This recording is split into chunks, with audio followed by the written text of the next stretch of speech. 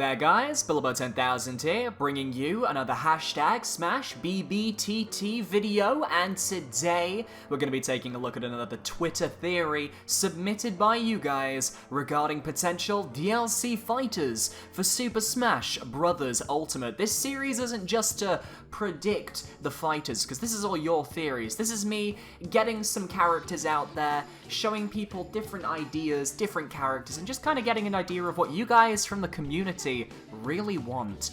And today, we're looking at a character that I don't think anyone has ever really considered, but at the same time, this character might just have an argument. Maybe not for this DLC, but if we ever get a Smash 6 and people want to get the hype going, could happen. So before we get to that, I want to give a quick shout out to all of my patrons. You guys are awesome. Thank you so much for your support.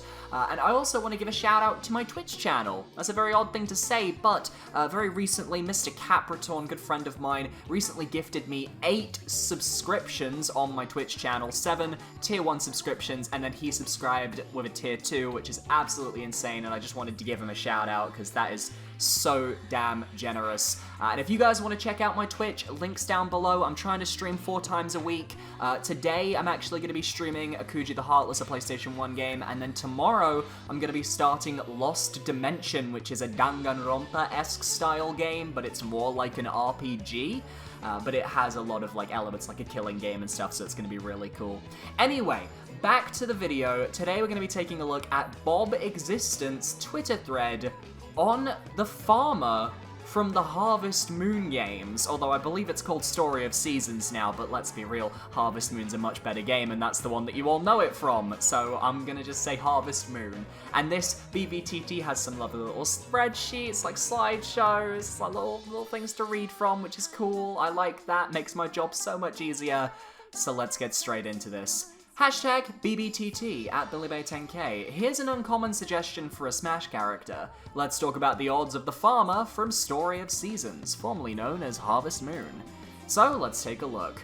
Who is this farmer and why should they be in Smash? Well, Story of Seasons, formerly known as Harvest Moon, is a long-running farming simulator franchise developed by Japanese games company Marvelous. Its first title, Harvest Moon for the SNES, was a unique and popular game that helped define the concept of life simulation games, influencing a variety of other titles that came out since, including Nintendo's own Animal Crossing franchise and Concerned Ape's indie hit, Stardew Valley. The franchise has continued consistently producing games across the years, notably including GBA hit Friends of Mineral Town, GameCube hit A Wonderful Life, and 3DS title Story of Seasons, the fastest selling game in the franchise. It has also spawned a variety of spin-off titles, including the JRPG franchise Rune Factory, and upcoming Switch crossover title Doraemon Story of Seasons. And the farmer is the generic name for the various protagonists. I did not know that Rune Factory came from Harvest Moon. Wow, that is...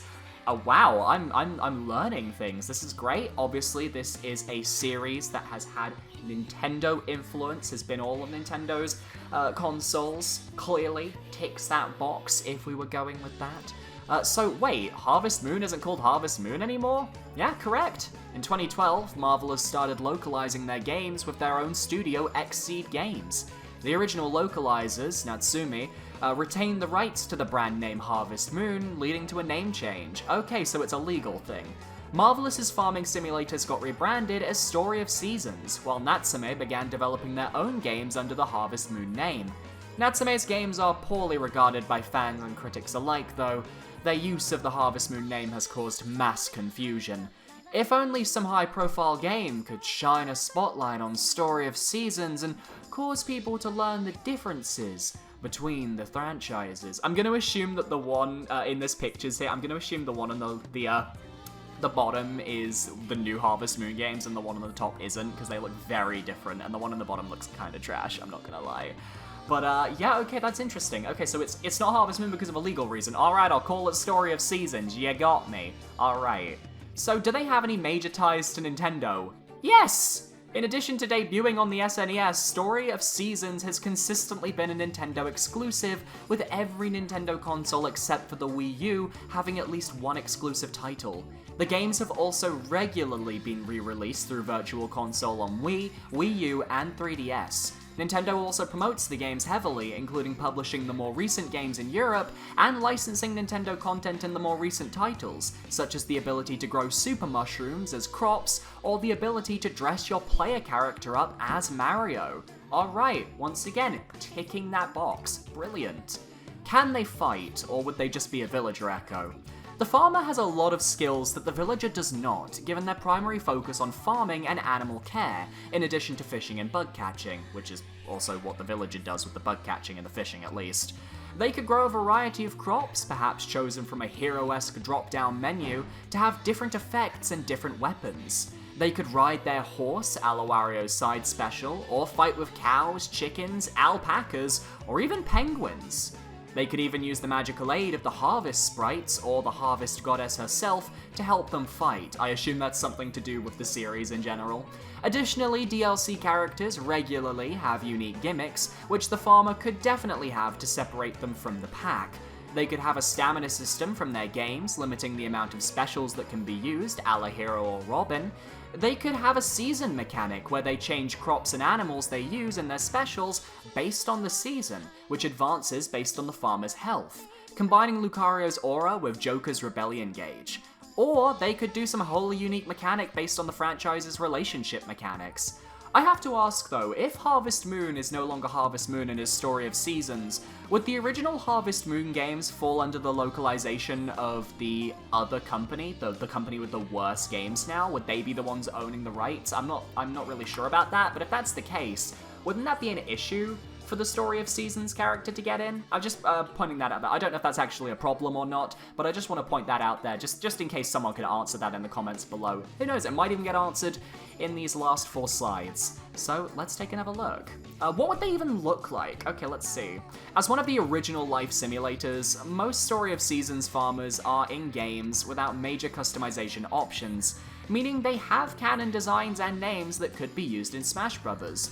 The most common farmer is Pete, who was the protagonist of the original SNES game, and a vast majority of the titles up until Harvest Moon DS. His original female counterpart was Sarah, who debuted in the Game Boy titles and was the series' first female protagonist. Sarah was eventually overtaken by Claire, who was designed to better visually contrast Pete. Since then, only the protagonists have often been used in one game. The exceptions to this are Angela and Kevin, the protagonists of the Wii titles Tree of Tranquility and Animal Parade, Mark and Chelsea, the protagonists of DS titles Island of Happiness and Sunshine Islands, Toy, protagonist of a few PlayStation titles with a striking resemblance to Pete, and Pony, who served as the female counterpart to Mark in Wonderful Life, and as one of the 2 female counterparts to Pete in DS. Any of these fighters could be used in Smash either as alts like the Koopalings and Hero, or as skins referencing their colours, at minimum. Farmer is a really out of left field choice though. Does he fit in with any common speculation theories? Let's have a look. Yes, he does! While I don't put that much stock in any of these theories personally, they could be seen as evidence for the farmer. Companion theory, Story of Seasons, regularly has harvest sprites, magical elf-like beings who aid the farmer. 1 or 2 of them could easily join the farmer on the banner. Color theory, farmer could easily be represented by one of the colors not currently in use, notably blue, which is the color of overalls often worn by the farmer. Me costume theory, farmer doesn't fit this one as they'd be from a new company. Glitch theory, some speculate that glitches surrounding Mii Sword Fighter and Duck Hunt Dog were caused by those characters being used as bases for Hero and Banjo. Isabella's been the queen of Smash glitches, and Farmer could easily take after her in terms of size and basic playstyle. Also being a trick character who uses a variety of everyday items. I never knew glitch theory was a thing, that's interesting. Alright, I'm learning here. Alright, but would the farmer be able to fulfill the requirements of being DLC coming with a stage, music, and spirits? Yes! The franchise has a rich history with a ton of different characters, primed for spirit choices. Mineral Town also has been a recurring location, though sometimes under different names, allowing for an easy stage choice. The franchise is also known for a variety of relaxing music tracks. But why would the farmer be chosen over insert character here? Story of Seasons has clearly been hungry for a comeback in a big way. They've been doing crossovers with existing IPs, Return to Popolocrot, I give up. A Story of Seasons fairy tale, and Doraemon, Story of Seasons, and have just announced a remake of one of their most popular titles, Story of Seasons Friends of Mineral Town. A Smash bot would serve as the ringleader of the potential animal parade that is their comeback. Okay, yeah, but how does that keep them over other characters? Sure, their series wants to come back. So do a lot of other series. A lot of other series have come back. So I don't know whether that really is an argument that can really, disprove this other characters over this one. But seriously, do you think they have a chance? Maybe? Farmer certainly does meet the hallmarks of what people claim are the requirements for being in Smash Bros. A long history of Nintendo, demonstrable impact on the games industry as a whole, direct collaborations with Nintendo in the past, unique moveset potential, and representing a new and exciting franchise with a lot of fans. There are, however, regularly passed over because, well, they're a farmer. I do hope this thread does make you think twice about who you consider and who you instantly reject as a Smash-worthy character, though. Farmer may not have high odds of cropping up, but he still does a lot of what people think means a character has good odds. I agree, I feel like any character can have an argument made for them to be in Smash. But I think when people disregard characters outright, it's usually because the character is from a franchise that is just, realistically not gonna come into Smash. The problem with Harvest Moon and Story of Seasons and their character, I think, is why would they be approached for DLC? That's my personal opinion. Why would they be approached for DLC? And did they have a lot of fan backing, maybe back in the ballot era, for example?